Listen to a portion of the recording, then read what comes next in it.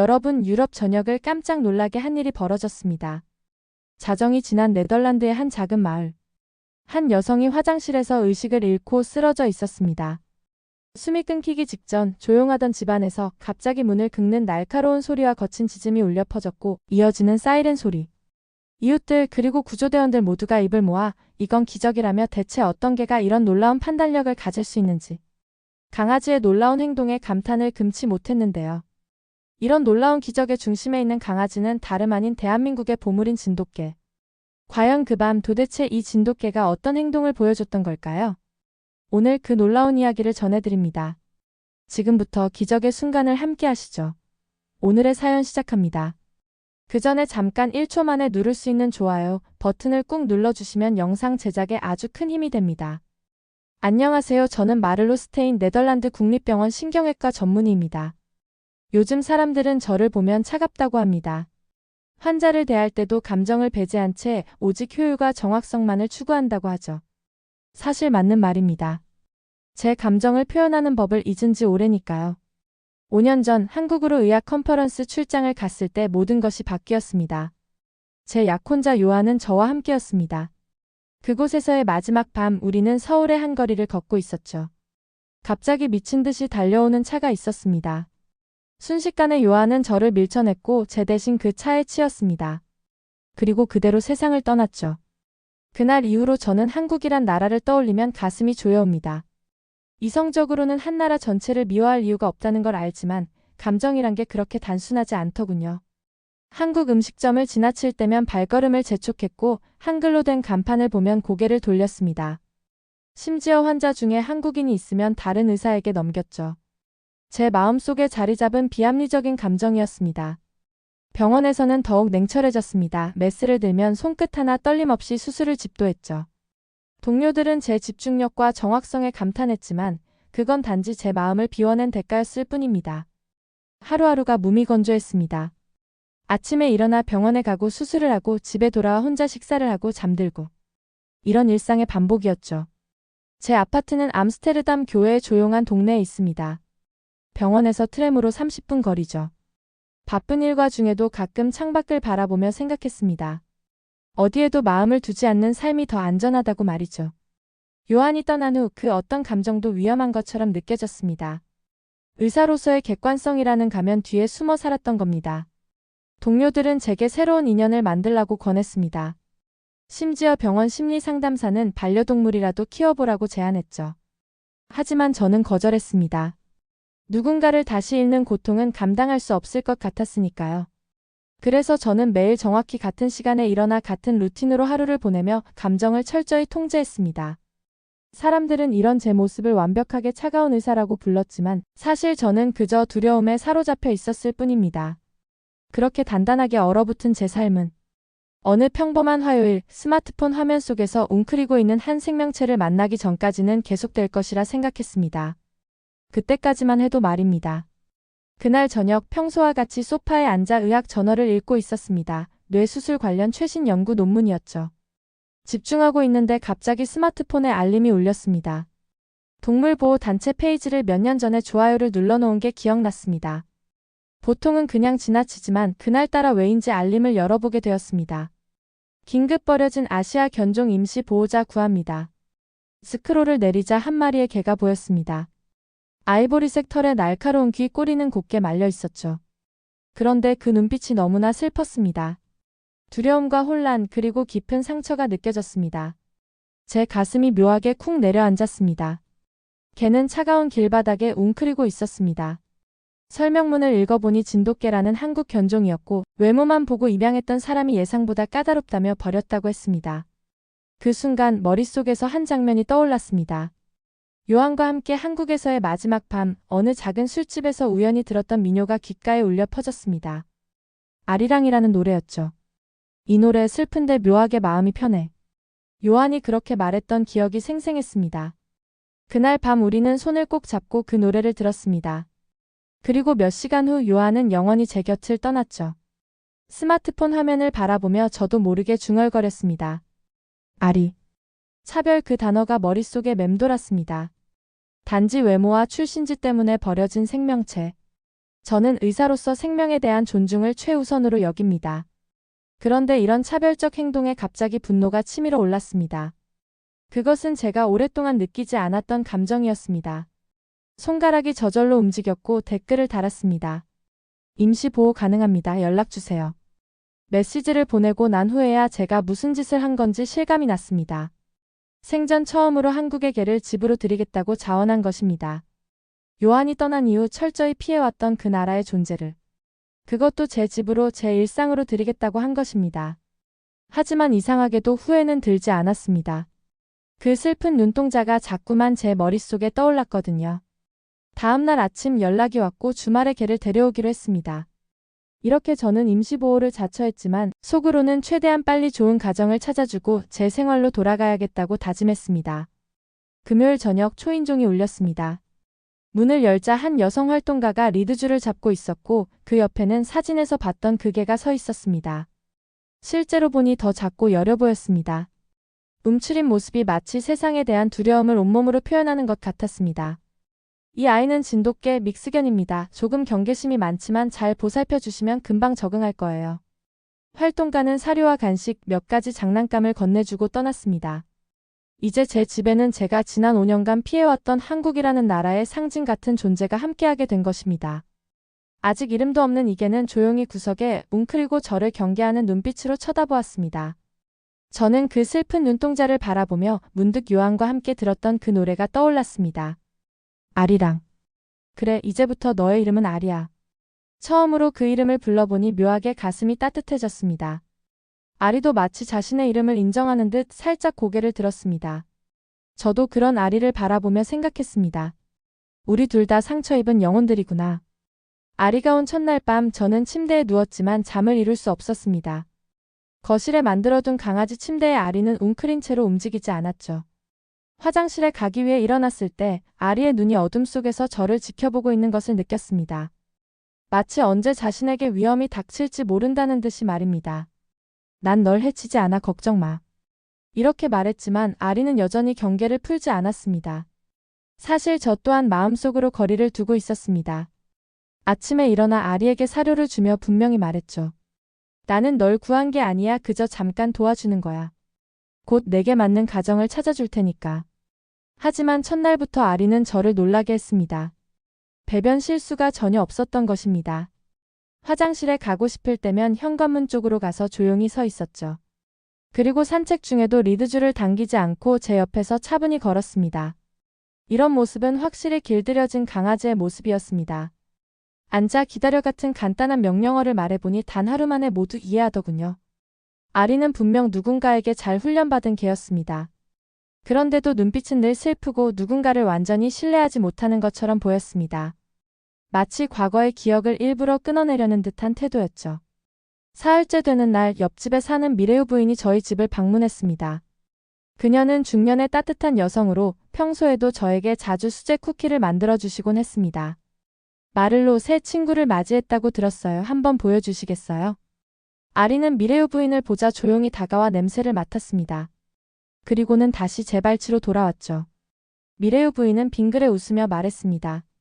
이 아이 사람 눈을 보는 법을 아는 아이네요. 다만 잊으려는 거예요. 미레우 부인의 말이 가슴에 와닿았습니다. 사람 눈을 보는 법을 안다는 것, 그것은 신뢰와 교감의 시작점입니다. 그런데 아리는 그것을 알면서도 의도적으로 잊으려 하고 있었던 겁니다. 마치 저처럼 말이죠. 집에서는 아리와 저 두 존재가 묘한 균형을 이루며 살아가기 시작했습니다. 말은 없었지만 서로를 천천히 관찰하고 있었습니다. 아침에 일어나면 아리는 제가 커피를 마시는 동안 조용히 옆에 앉아 있었고 저는 출근 전에 아리를 산책시켰습니다. 퇴근 후에는 또 함께 산책하고 저녁을 먹을 때 아리는 제 발치에 누워 있었죠. 일주일이 지난 어느 날 아리가 아침에 일어나자마자 제게 다가와 발에 머리를 비비는 모습을 보였습니다. 그제서야 조금씩 마음을 열기 시작했나 봅니다. 저도 모르게 아리의 머리를 쓰다듬었고 그 순간 아리의 꼬리가 살짝 흔들렸습니다. 그날 병원에서 까다로운 수술을 마치고 돌아오는 길에 문득 아리가 보고 싶다는 생각이 들었습니다. 이런 감정은 오랜만이었습니다. 누군가를 기다리고 누군가의 존재를 기대한다는 것. 집에 도착해 문을 열자 아리가 반갑게 저를 맞이했고 저는 그 모습에 미소를 지었습니다. 오늘 하루 어땠어, 아리? 이렇게 물으며 제가 진심으로 웃고 있다는 사실을 깨달았습니다. 얼마 만에 웃음인지 모르겠네요. 아리는 제 질문에 대답하듯 고개를 살짝 기울이고 귀를 쫑긋 세웠습니다. 그 모습이 너무나 귀여워서 웃음이 나왔죠. 우리는 말은 통하지 않지만 어떤 식으로든 서로의 감정을 이해하기 시작한 것 같았습니다. 두 개의 상처 입은 영혼이 같은 공간에서 조금씩 서로에게 스며들고 있었습니다. 임시 보호라고 생각했던 제 마음 한편에서는 이미 아리를 떠나보내는 것을 상상하기 힘들어졌습니다. 아리와 함께 지낸 지 한 달쯤 되었을 때였습니다. 그날 병원에서는 젊은 교통사고 환자의 뇌수술을 집도했습니다. 환자는 요한과 비슷한 나이였죠. 수술은 성공적이었지만 집에 돌아온 후 갑자기 모든 감정이 밀려왔습니다. 요한의 죽음, 그날의 기억, 그리고 5년간의 외로움이 한꺼번에 터져나왔습니다. 소파에 앉아 통제할 수 없는 눈물을 흘리고 있었습니다. 평소에 저라면 절대 보이지 않았을 모습이죠. 한참을 그렇게 울고 있는데 무언가가 제 손등에 닿았습니다. 고개를 들어보니 아리였습니다. 아리는 조용히 다가와 제 손 위에 머리를 얹었고 그 자리에서 움직이지 않았습니다. 저는 아리의 따뜻한 체온을 느끼며 점점 진정되어 갔습니다. 아리의 눈에는 이해와 공감이 담겨 있었습니다. 마치 괜찮아요, 울어도 돼요라고 말하는 것처럼 말이죠. 그 순간 처음으로 아리에게 진심 어린 말을 건넸습니다. 고마워 아리. 그날 밤 아리는 제 방으로 들어와 침대 옆에 누웠습니다. 원래 거실에 있는 게 침대에서 자던 아리였지만 그날은 제가 더 이상 혼자가 아니라는 것을 알려주려는 듯 제 곁을 지켰습니다. 다음 날부터 우리의 일상은 조금씩 달라졌습니다. 아침 산책은 더 이상 의무가 아니라 즐거움이 되었죠. 아리는 공원에서 공을 쫓아다니며 놀았고 저는 그런 아리의 모습을 보며 웃었습니다. 주말에는 좀 더 먼 곳으로 산책을 가기도 했고 동네 아이들이 아리를 보고 다가오면 저는 기꺼이 아이들이 아리와 놀도록 허락했습니다. 아리는 진돗개예요. 한국에서 온 특별한 개죠. 이런 말을 하는 제 모습이 스스로도 신기했습니다. 한국이라는 단어를 이제는 아픔 없이 말할 수 있게 된 것입니다. 오히려 어떤 자부심마저 느껴졌습니다. 어느 날 트램을 타고 시내로 나갔을 때 한 노부부가 아리에게 관심을 보였습니다. 이 아이는 어디서 왔나요? 생김새가 특이한 견종이네요. 과거의 저였다면 아마 대답을 피했겠지만 이제는 달랐습니다. 한국에서 왔어요. 진돗개라고 하는데 매우 영리한 개죠. 천연기념물이라고 하더라고요. 제 입에서 나온 말에 저도 놀랐습니다. 언제부터 아리의 출신을 자랑스럽게 여기게 된 걸까요? 그리고 더 놀라운 건 한국이라는 단어를 말하면서 더 이상 가슴이 아프지 않다는 것이었습니다. 요한을 잃은 후 5년 동안 저는 웃음을 잃었습니다. 하지만 아리와 함께하면서 일상의 작은 기쁨들을 다시 느끼기 시작했습니다. 아리가 아침에 저를 깨우는 방식, 산책 중에 특별한 냄새를 맡으면 귀를 쫑긋 세우는 모습, 저녁에 함께 소파에서 TV를 보며 다리 위에 머리를 얹고 자는 모습. 이 모든 것들이 제 인생의 따뜻함을 다시 가져다 주었습니다. 그리고 주변 사람들도 변화를 알아챘습니다. 병원 동료들은 제가 더 많이 웃고 환자들과도 더 따뜻하게 소통한다고 했습니다. 미레우 부인은 이렇게 말했죠. 마를로, 요즘 정말 달라 보여요. 눈에 생기가 돌아왔어요. 저는 그저 미소로 답했지만 속으로는 알고 있었습니다. 아리가 제게 가져다 준 변화가 얼마나 큰지를. 이제 저는 더 이상 임시 보호라는 말을 사용하지 않았습니다. 아리는 이미 제 삶의 일부가 되어 있었으니까요. 병원에서 연속 수술이 이어진 어느 월요일이었습니다. 아침부터 저녁까지 쉴 틈 없이 3건의 까다로운 뇌수술을 집도했죠. 집에 돌아왔을 때는 이미 자정이 가까워지고 있었습니다. 아리는 현관에서 저를 기다리고 있었습니다. 평소 같으면 아리를 데리고 짧게라도 산책을 나갔겠지만 그날은 너무 피곤해서 바로 잠자리에 들고 싶었습니다. 화장실에 들어가 세수를 하는데 갑자기 현기증이 밀려왔습니다. 거울에 비친 제 얼굴이 일그러져 보였고 오른쪽 팔에 힘이 빠지는 느낌이 들었습니다. 이건 뭔가 잘못됐다는 생각이 들었지만 이미 제 몸은 화장실 바닥으로 쓰러지고 있었습니다. 이건 뇌졸중이다. 의사인 저는 즉시 상황을 파악했지만 이미 말을 할 수 없었고 몸을 움직일 수도 없었습니다. 문은 닫혀 있었고 휴대폰은 침대 위에 두고 온 상태였습니다. 마치 천천히 의식이 멀어지는 느낌이었죠. 그때 아리의 발소리가 들렸습니다. 문 너머에서 아리가 낑낑대는 소리가 들려왔습니다. 처음에는 문을 핥히다가 이내 짖기 시작했습니다. 평소에 집에서는 거의 짖지 않던 아리였기에 이상한 행동이었죠. 하지만 곧 아리의 발소리가 멀어지더니 현관문 쪽에서 문을 긁는 소리가 들렸습니다. 의식은 점점 흐려져 갔지만 아리가 무엇을 하는지 상상할 수 있었습니다. 도움을 구하려는 모습이 그려졌습니다. 하지만 과연 누가 이 시간에 아리의 신호를 알아차릴 수 있을까요? 얼마나 시간이 흘렀는지 모르겠습니다. 멀리서 사이렌 소리가 들렸습니다. 그리고 익숙한 목소리가 제 이름을 부르는 소리도 들렸습니다. 마를로, 정신 차려요. 미레우 부인의 목소리였습니다. 이내 문이 열리고 구급대원들이 들어왔습니다. 아리의 짖는 소리와 긁는 소리에 잠을 깬 미레우 부인이 제 집으로 와서 확인했고 저를 발견한 것입니다. 구급차 안에서 저는 간신히 의식을 유지하고 있었습니다. 구급대원들이 바삐 움직이며 저의 상태를 확인하는 동안 저는 아리를 생각했습니다.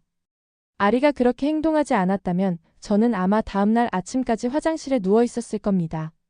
그때까지 살아 있었을지도 의문이었죠. 병원에 도착해서 긴급 치료를 받았습니다. 다행히 초기에 발견되어 심각한 뇌 손상은 피할 수 있었습니다. 하지만 의사들은 제가 과로와 스트레스로 인한 경고성 뇌졸중을 겪었다고 진단했습니다. 의식이 완전히 돌아왔을 때 제가 가장 먼저 물은 것은 놀랍게도 제 상태가 아니었습니다.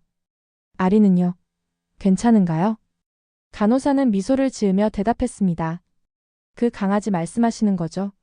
병원 입구에서 떠나지 않고 기다리고 있대요. 당신 이웃분이 먹이와 물을 가져다 주셨다고 합니다. 그 말을 듣자 눈물이 흘렀습니다.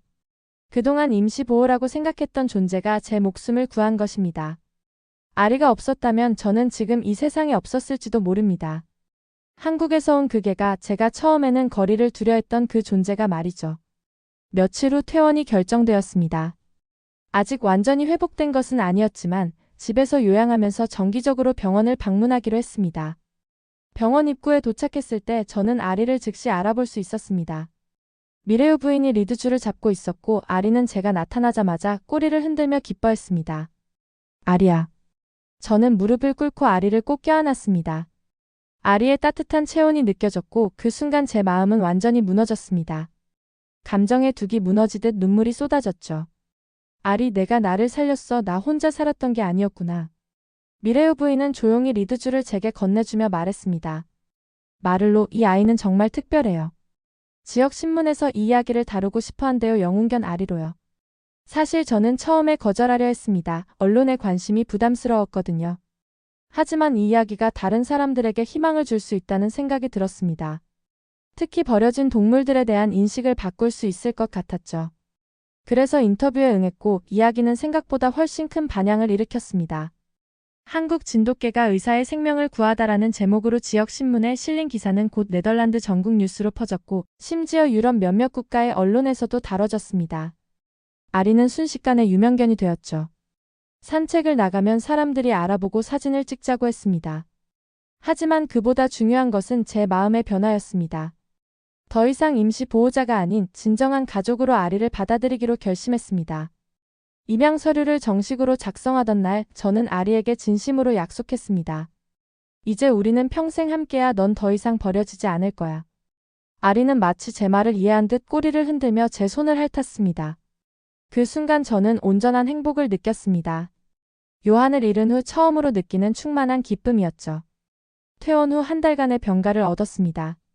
처음으로 병원 일에서 완전히 벗어나 집에서 쉬게 된 것이죠. 매일 아침 아리와 함께 짧은 산책을 하며 하루를 시작했습니다. 예전에는 시간 낭비라고 여겼던 것들이 이제는 소중한 순간으로 느껴졌습니다. 어느 날 아침 아리와 함께 공원 벤치에 앉아 있었습니다. 따사로운 햇살이 내리쬐는 평화로운 순간이었죠. 그때 문득 생각이 들었습니다.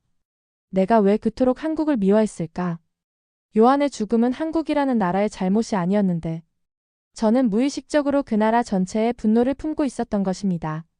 그리고 이제 제 곁에는 한국에서 온 아리가 있습니다. 아리는 제 목숨을 구했고 제게 웃음을 되찾아 주었습니다. 이런 아이러니가 있을까요? 제가 피하려 했던 바로 그 한국이라는 존재가 결국 저를 구원한 것입니다. 이웃들은 제게 기적이 일어났다고 했습니다. 의학적으로 초기에 발견된 뇌졸중이 기적이라기보다는 적절한 치료 덕분이지만 저는 그들의 말이 맞다고 생각했습니다.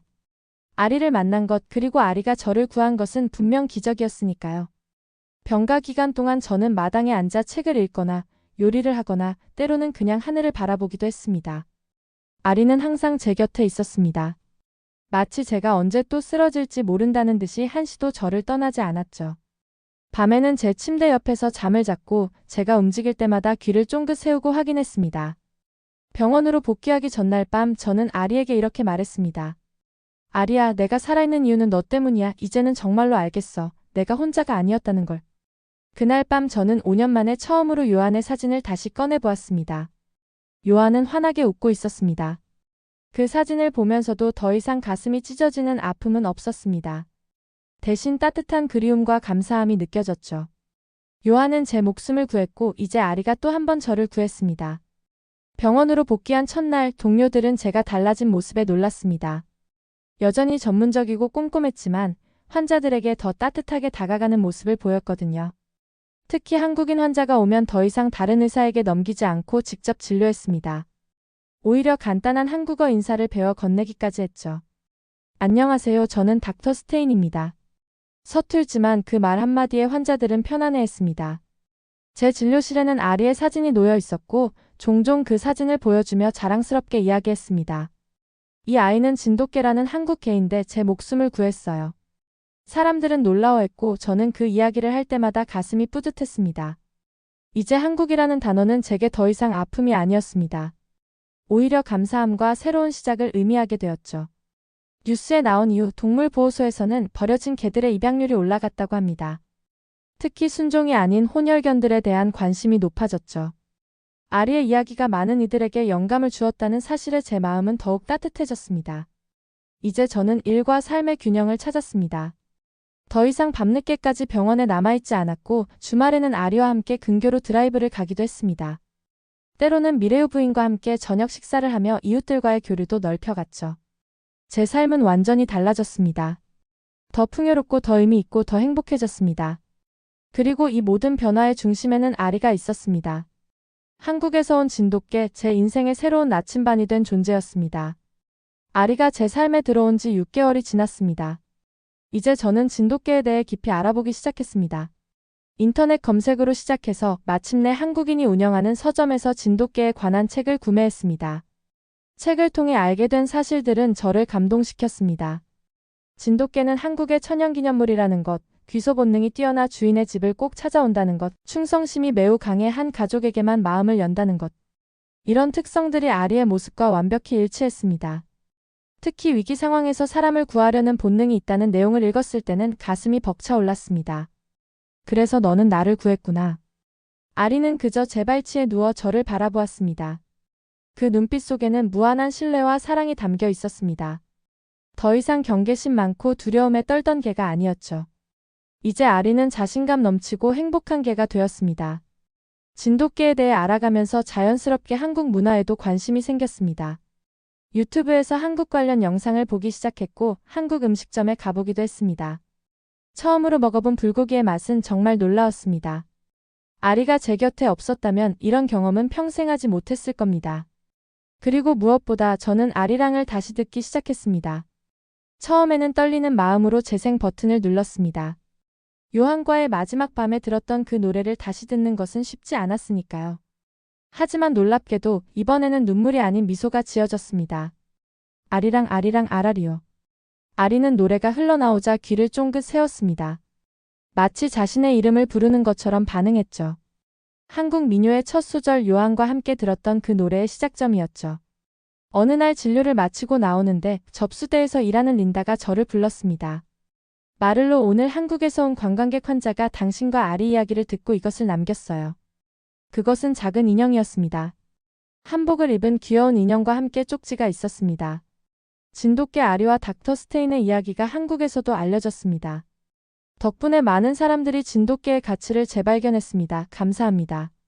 저는 그 인형을 소중히 집으로 가져와 책상 위에 놓았습니다. 아리는 호기심 어린 눈으로 인형을 살펴보더니 마치 고향의 향기라도 맡은 듯 꼬리를 흔들었습니다. 이제 저에게 한국은 더 이상 상처의 나라가 아니었습니다. 오히려 제게 새 삶을 선물해준 기적의 나라였습니다. 그리고 그 기적의 매개체가 바로 아리였죠. 더 이상 버려진 한국의 개가 아니라 제 인생을 구하고 새 생명을 불어넣어준 최고의 동반자이자 가족이었습니다. 퇴근 후 전철을 타고 집으로 돌아가는 길, 창밖으로 암스테르담의 풍경이 지나갔습니다. 예전에는 그저 회색빛으로만 보였던 도시가 이제는 다채로운 색으로 빛나는 것 같았습니다. 마치 제 인생처럼 말이죠. 아리를 만나기 전과 후 세상을 보는 제 눈이 완전히 달라진 것입니다. 집에 도착하자 아리가 기쁘게 저를 맞이했습니다. 귀 뒤를 긁어주며 생각했습니다. 한국이라는 이름, 이제 내게는 희망과 치유의 다른 이름이구나. 아리와 함께한 지 1년이 되는 날, 저는 특별한 아침을 맞이했습니다. 일찍 일어나 아리와 함께 근처 강가로 산책을 나갔습니다. 봄날의 상쾌한 공기가 온몸을 감쌌고 물가에 피어난 꽃들이 화사했습니다. 저희는 이제 이 동네의 유명인사가 돼버렸습니다. 지나가는 사람들마다 인사를 건넸습니다. 아리, 좋은 아침이에요. 좋은 아침이에요, 닥터 스테인. 아직도 믿기지 않아요. 이 개가 사람을 구했다니. 특히 아이들은 아리를 무척 좋아했습니다. 어린 소녀 하나가 다가와 아리를 쓰다듬으며 물었습니다. 이 강아지는 어떤 종류예요? 저는 자랑스럽게 대답했습니다. 진돗개예요. 한국 견종이죠. 용감하고 충성스러우며 가족을 무척 소중히 여기는 개랍니다. 아이는 신기한 듯 아리의 귀를 만졌고 아리는 얌전히 아이의 손길을 받아들였습니다. 이런 모습을 보고 있자니 제 눈앞에 지난 1년의 시간이 주마등처럼 스쳐 지나갔습니다. 처음 아리를 만났을 때 저는 한국에 대한 원망으로 가득 찬 사람이었습니다. 요한의 죽음 이후 마음의 문을 굳게 닫은 채 그저 기계처럼 살아가던 외과 의사였죠. 하지만 아리는 그런 저를 조금씩 변화시켰습니다. 먼저 제 곁에 다가와 주었고 위기의 순간에는 목숨을 구해주었으며 무엇보다 제 마음의 상처를 치유해 주었습니다. 강가에 서서 물결을 바라보며 생각했습니다. 인생이란 참 예측할 수 없는 것이구나. 가장 상처받은 곳에서 가장 큰 치유가 온다는 것을 누가 알았을까요? 한국에서 잃은 것이 있다면 한국에서 온 아리를 통해 되찾은 것도 있습니다. 그것은 바로 삶의 의미와 기쁨, 그리고 사랑하는 용기였습니다. 집으로 돌아가는 길, 아리는 여전히 묵묵히 제 곁을 지켰습니다. 그런 아리를 바라보며 마음속으로 말했습니다. 아리, 널 보내준 한국, 이제 그 나라는 상처가 아니라 생명을 다시 시작하게 해준 기적의 나라야. 집에 도착해 현관문을 열려는데 갑자기 아리가 짖기 시작했습니다. 놀라서 주변을 둘러보니 미레우 부인이 케이크를 들고 서 있었습니다. 행복한 기념일, 마를로와 아리가 만난 지 1년이 됐잖아요. 저는 깜짝 놀랐습니다. 제가 그날이 무슨 날인지 기억하고 있었지만 미레우 부인까지 기억해줄 줄은 몰랐거든요. 고마워요, 미레우, 정말 특별한 날이네요. 집 안으로 들어와 케이크를 자르며 저는 지난 1년을 돌아보았습니다. 얼마나 많은 것이 변했는지. 이제 저는 더 이상 차가운 의사가 아닙니다. 환자들의 고통을 공감할 줄 알고 따뜻한 말 한마디가 얼마나 큰 힘이 되는지 아는 의사가 되었습니다. 동료들과의 관계도 훨씬 좋아졌고 이웃들과도 정기적으로 교류합니다. 무엇보다 이제 저는 다시 사랑하는 법을 배웠습니다. 아리를 통해서요. 아리는 제게 가장 순수한 형태의 사랑을 가르쳐 주었습니다. 조건 없이 그저 함께 있는 것만으로도 행복한 그런 사랑을요. 케이크를 먹은 후 미레우 부인이 떠나고 저는 아리와 함께 소파에 앉았습니다. 텔레비전에서는 우연히도 한국 여행 프로그램이 방영 중이었습니다. 화면 속 서울의 모습은 5년 전 제가 보았던 것과는 다른 느낌으로 다가왔습니다. 이제는 두려움이나 슬픔 없이 순수한 호기심과 따뜻함으로 바라볼 수 있었습니다. 언젠가 우리 같이 가볼까, 아리? 너의 고향 한국에. 아리는 마치 이해한 듯 꼬리를 흔들었습니다. 저는 그런 아리의 머리를 쓰다듬으며 미소 지었습니다. 미래는 알 수 없지만 한 가지 확실한 것은 있습니다. 아리와 저는 이제 서로의 삶에 깊숙이 자리 잡았다는 것, 그리고 우리는 더 이상 혼자가 아니라는 것입니다. 창밖으로 석양이 물들고 있었습니다. 그 붉은 빛이 마치 새로운 날의 약속처럼 느껴졌습니다. 아리, 그리고 한국이라는 이름으로 시작된 저의 새 인생. 이제 그것은 우리의 이름이 되었습니다. 아리야, 고마워. 네가 내 인생의 영웅이야. 아리는 그저 조용히 제 곁에 누워 있었습니다. 하지만 그 존재만으로도 충분했습니다. 그것이 바로 진정한 동반자니까요. 여러분, 오늘의 사연은 어떠셨나요? 마음이 따뜻해지는 이야기였네요. 긴 영상 끝까지 시청해주셔서 정말 감사합니다. 더 좋은 이야기로 찾아뵙겠습니다. 감사합니다.